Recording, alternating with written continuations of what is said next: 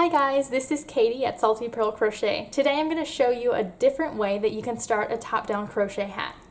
Now, one of my friends from Yarn Club really didn't like the magic circle, but she also didn't like the giant hole that was in the top of her hat when she used a chain 4 circle to start her hat.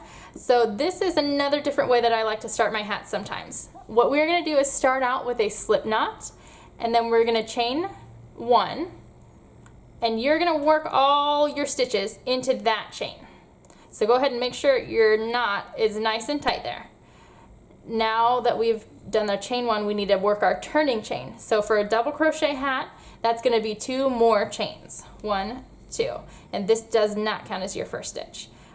So we're going to yarn over, insert our hook into this first chain from the knot, and make our first double crochet.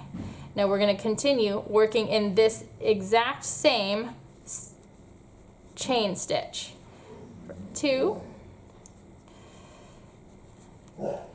3, 4, 5, 6, 7,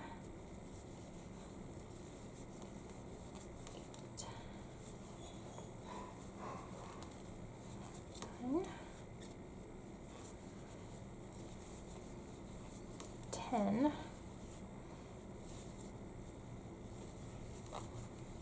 11. Sometimes you gotta squish it out a little bit. It gets tight in there. And here's number 12.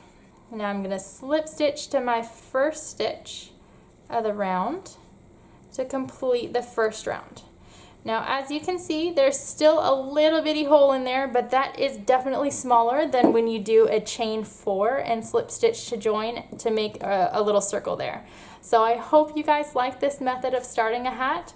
I hope it helps you guys out to make crocheting hats easier and more fun. Because at the end of the day, we all crochet to relax, so you shouldn't be stressing out about how your hat looks.